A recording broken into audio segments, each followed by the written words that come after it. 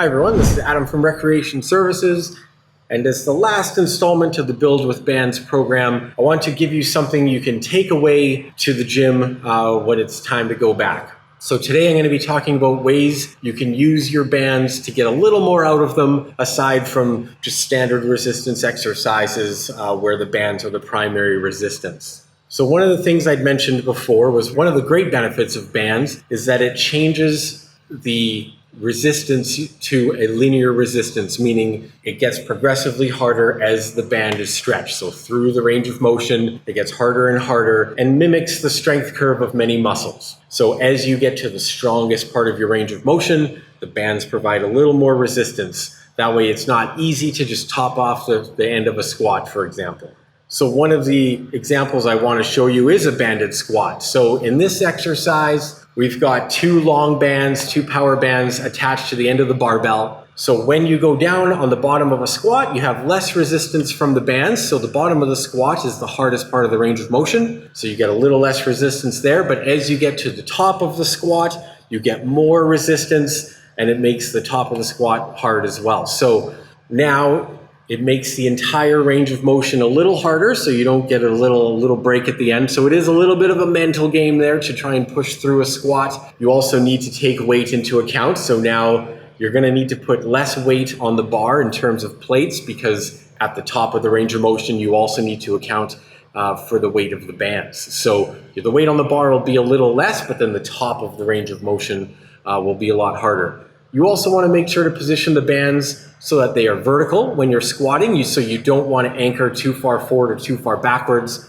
Otherwise, while you're squatting, aside from that vertical force, you're going to have either a forwards or backwards pull, which can make it a little dangerous and a challenge to your balance. The bands can also be used to activate secondary muscles and help kind of correct technique.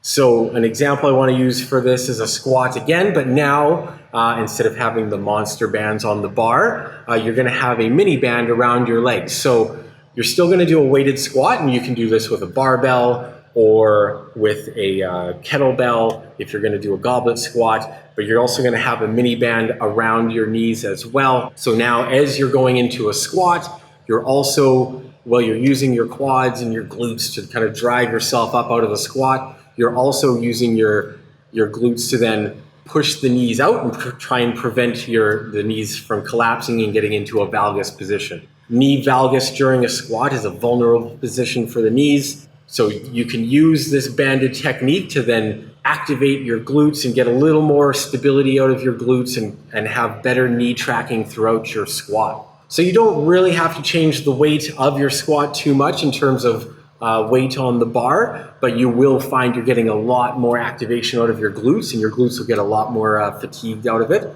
But then hopefully then helps correct your technique and movement patterns so you can keep progressing safely. You can also use the bands to add instability to a free weight exercise. For example, what I want to show today is a barbell chest press, but then with hanging weight on top of it.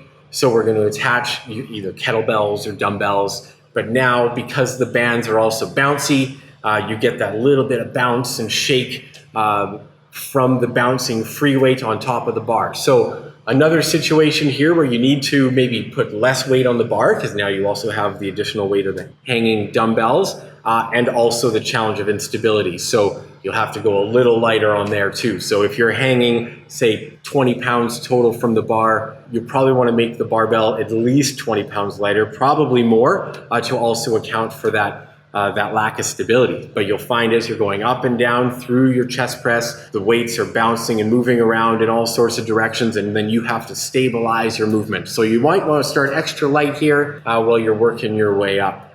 If you can position the bands accordingly, you can also get them to help you. And a great example of this is the pull-up. There's an assisted pull-up with the band. So you would loop the band then through a chin-up bar or a top of a squat rack or wherever you're doing your pull-ups, essentially from wherever you're gripping. Loop it back down. You can either put your knee through it or a foot, depending on how long the band is and how high the bar is. Usually I'll put a knee through it because the bars are kind of high. But then now at the very bottom of the pull-up, You get a lot more pull from the band, and then you can kind of finish off with your own strength there. So it's a great tool when you're trying to build your strength or build your capacity to do more pull-ups.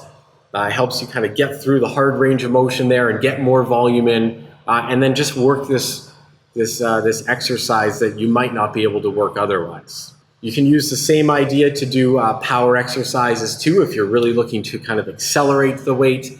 That's another option as well.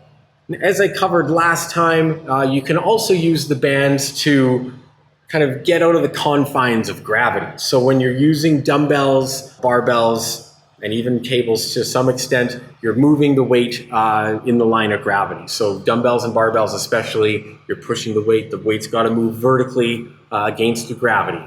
Using the bands, you aren't restricted the same way. So if you can anchor to a door or a railing of some sort, you can then turn the line of pull into horizontal, even diagonal, and this allows you to mimic exercises that you might do or movements that you might do in the real world. Maybe it's sport specific where you're looking for trunk rotation, which I covered last time, or even more diagonally like a wood chop kind of exercise. It gives you a little more freedom where you're not confined to the line of gravity. So the exercises we're showing here is a diagonal wood chop, which you wouldn't really be able to do with just free weight.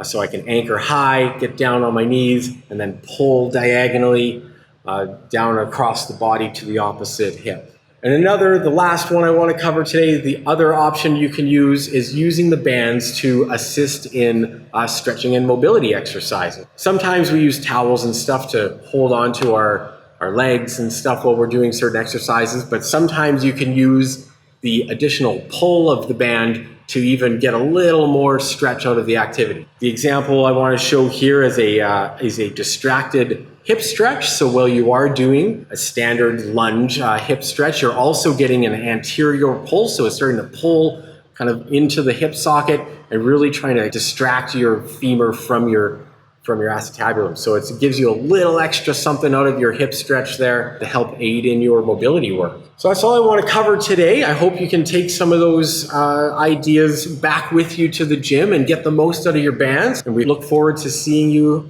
back in person soon. Good luck.